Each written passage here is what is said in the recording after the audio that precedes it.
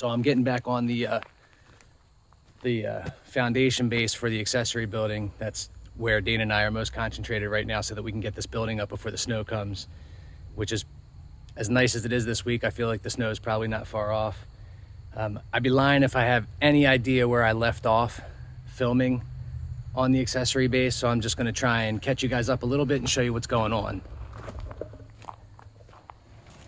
So I had another 20 tons of rock dropped about 2 days ago. I was able to get a little bit in the front here, and then I kind of took a break.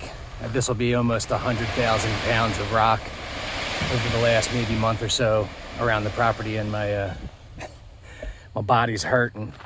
But I wanted to show you guys kind of what's going on here with the foundation. I'm going to try something a little bit different, especially after doing this same sort of, frame for the Shabin. The Shabin obviously is close to the ground, so on the edges I was able to put boulders on the outside to keep the timbers from pushing out. Also, the shed has a floor, so obviously Dayna and I walking and putting weight in there probably helped compact that rock. And over time with the rain and the snow and the heave, probably helped sort of push this on the Shabin. It sort of pushed out a little bit, maybe about 2 inches. So as you can see, I've got some eye bolts in there. And this is my general idea, is that I kind of want to just create my own version of basically like tension wires for the foundation, so that in the event this pushes out at all, I can basically use these bolts to tighten everything and pull it in on both sides. It should give me about 2 total inches to pull it in. Sorry about the shadow.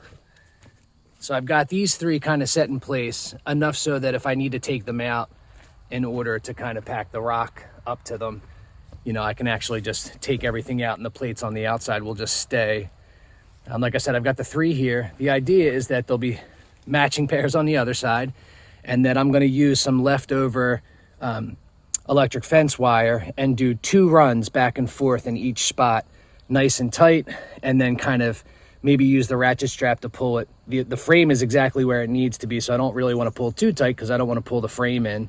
The rock, as you can see, is up to the bottom, so I do have the potential of shifting this a little bit before I start pushing, start moving the rest of this rock and start filling in the rest of the base. But like I said, the idea is there'll be one on the other side. The galvanized wiring, or the electric fence wiring that I have left over, which is rated for 1,320 pounds, I'll have 2 runs across each spot. Should be plenty enough that if I need to pull the frame just a little bit, it should be strong enough to kind of hold. But the idea would be is that, like, if it started to spread out, I could just tighten these nuts and pull the frame in a little bit, and then use the 3 along each side to kind of adjust it as I need it. I don't even know if I'll need them, but I feel like I should have done something like that for the Shabin base, and it would have helped a little bit. So I figured while I had the opportunity and the parts weren't too expensive, that I would basically do it here. Once I get that all wrapped up, I basically am going to start working on moving the rest of this rock into the base and starting to get it almost filled to the top so that I can start to plate compact this.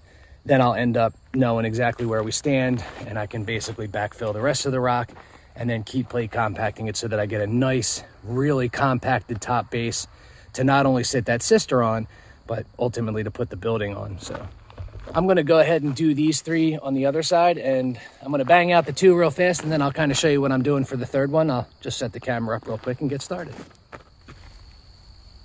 I've already got everything marked along this beam that matches the other side, so I'm just going to use the square to kind of mark them on the outside, then I'll start drilling some holes.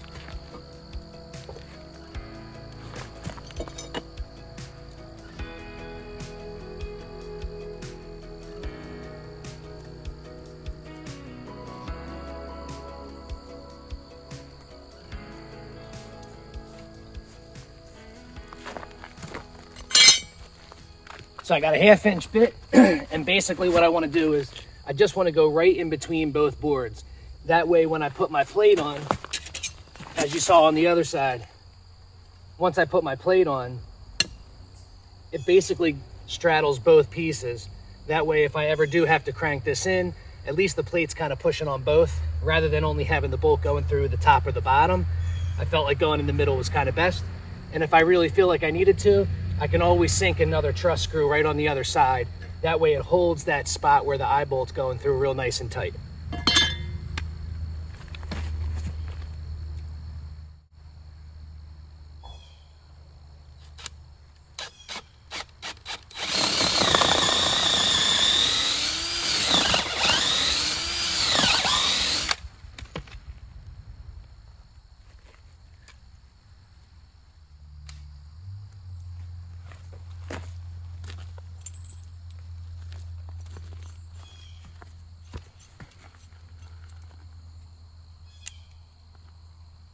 So I got my eye bolt. I sort of want it to be a little bit tight, but at the same time, I also want it to be able to move freely. That way when I tighten it up, it doesn't just, pull the, that way it doesn't just pull the whole eye bolt. It actually slides and pulls the wire so that we can actually pull the frame in if we need to.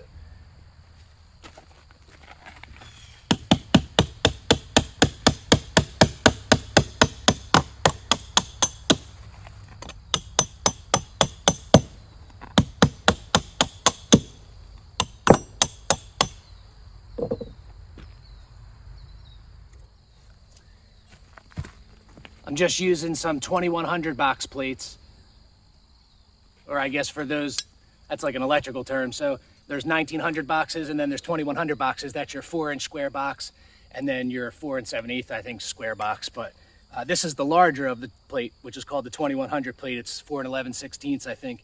And then I just used the step bit to drill up into a 1/2 inch through the center of the plate. That way it kind of, first of all, that's cheaper than buying a huge washer. And then I just used a 1/2 inch washer on the outside, and then my nut. So if this is something that you're interested in or will help you out, at least you have a general idea as to what I'm doing.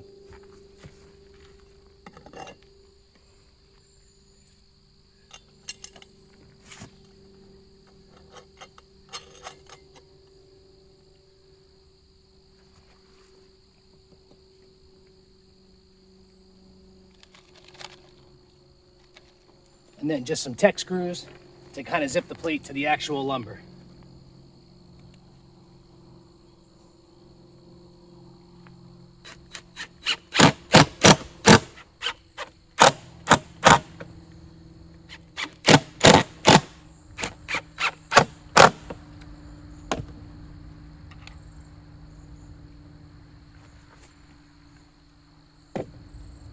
And there you have it.